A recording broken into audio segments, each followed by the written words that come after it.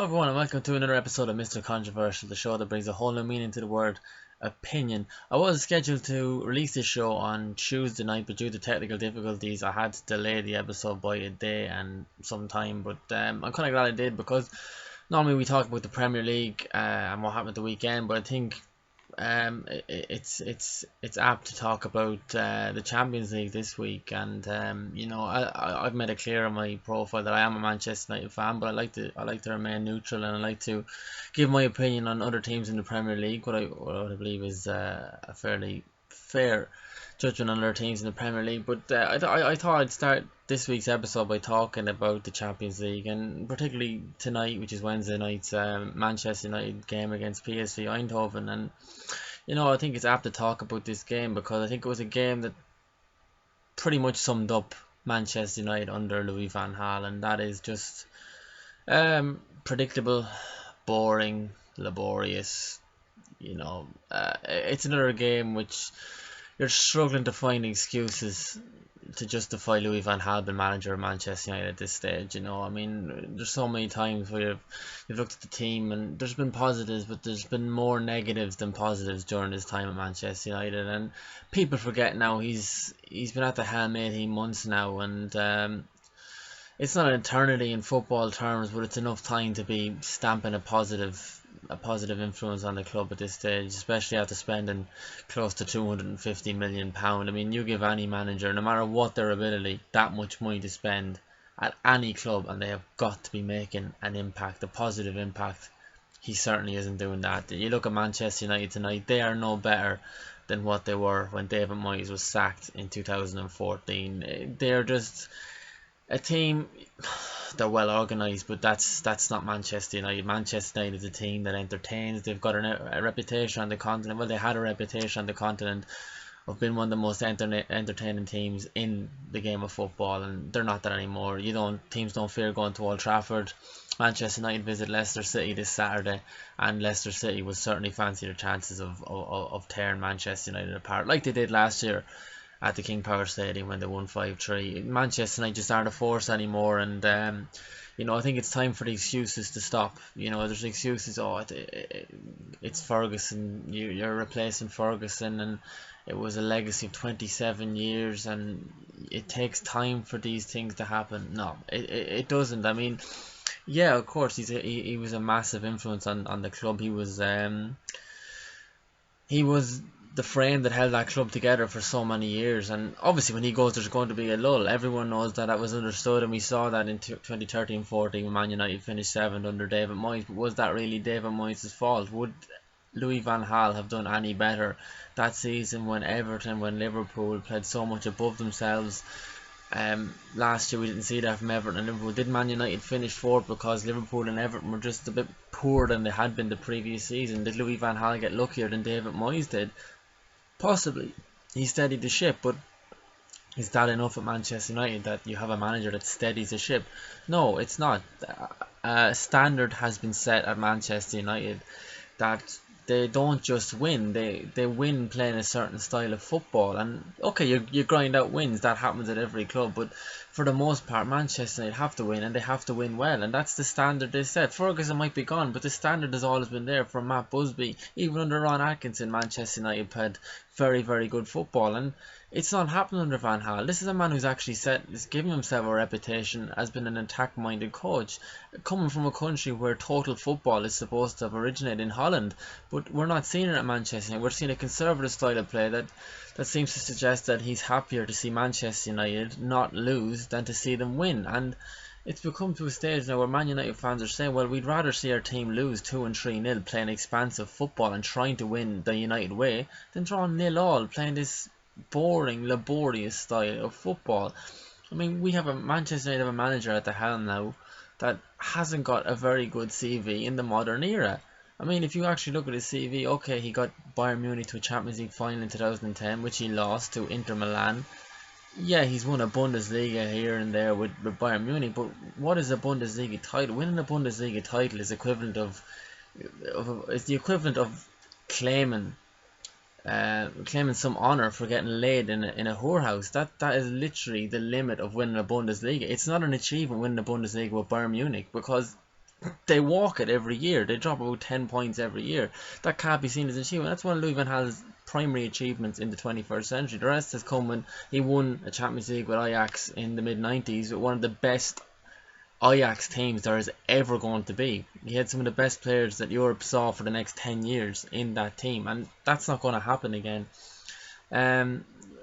But I don't think he'll get sacked. He won't get sacked unless United finish outside the top four, which I don't think they will this year. I think he'll just do enough to get top four, which will secure financial sturdiness for the next season or so.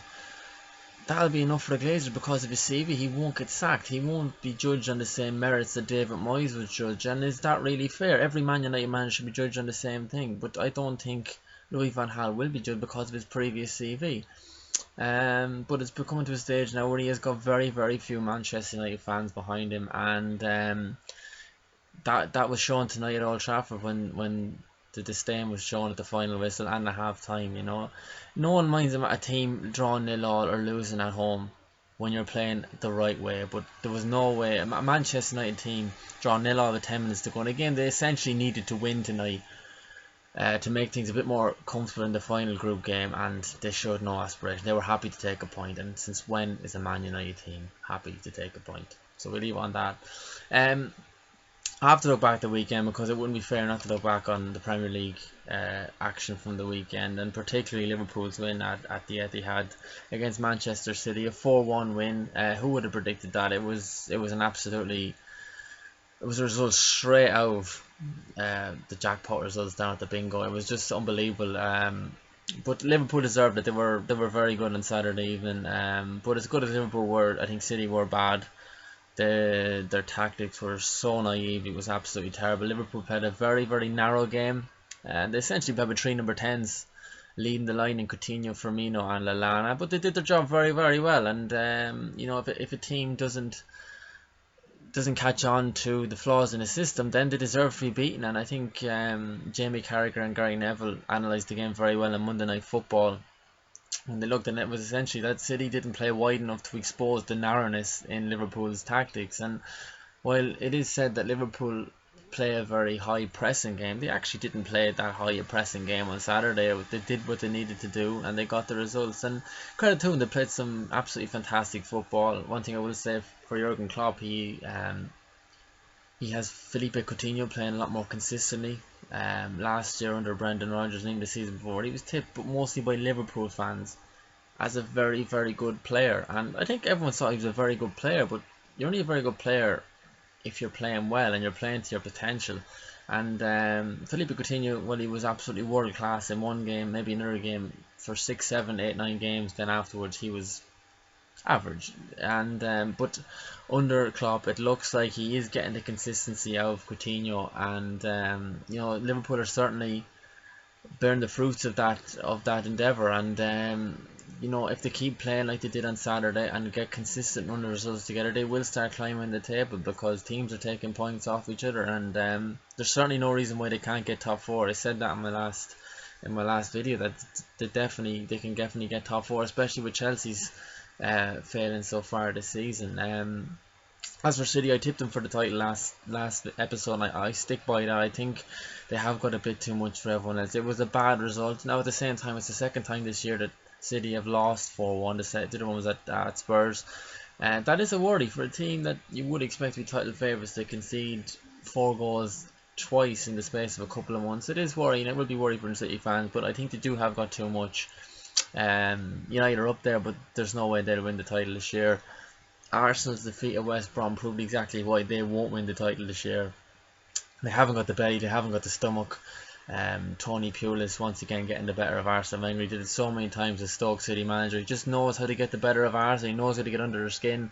And Arsenal have shown once again that despite beating some teams 3-4-5 and looking awesome, they have a soft underbelly, and when the going gets tough, Arsenal just evaporate, they disappear. And it's their biggest flaw, and I don't think that flaw will disappear until they get rid of Arsene Wenger. And also, finally, just to mention, because I said last week I don't want these episodes to run too long, a big mention has to be given to Leicester City. They're top of the Premier League after 13 games. Who would have predicted that last year? They struggled to stay in the Premier League, but absolute credit to Claudio Ranieri. He's playing football the proper way.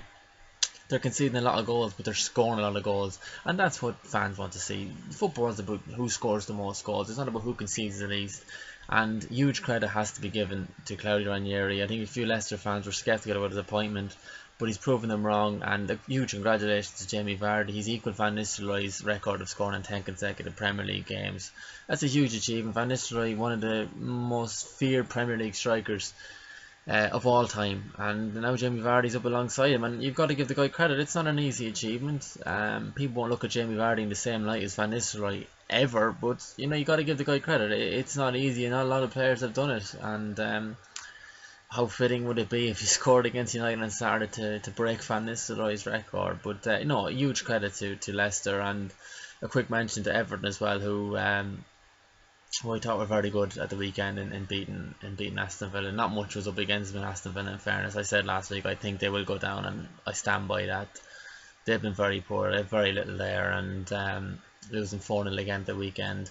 There's already a gap opening up between them and safety, and I don't see any way back for Aston Villa despite appointing a new manager. I don't think anyone could save them at this stage. But we're going to leave it there for this week. I'm sorry I didn't touch on every team. I had a plan lined out for this week's game, but those change. You know, it does change. I think I'm trying to get the best out of every episode, and I just said I had to talk about tonight's game and the Champions League with Manchester United because I want these episodes to be as honest as possible. So I hope you liked the video. Please subscribe. I will leave a link up above here somewhere. Please subscribe, please like the video, please share it, and yeah, I'll see you again next week, guys.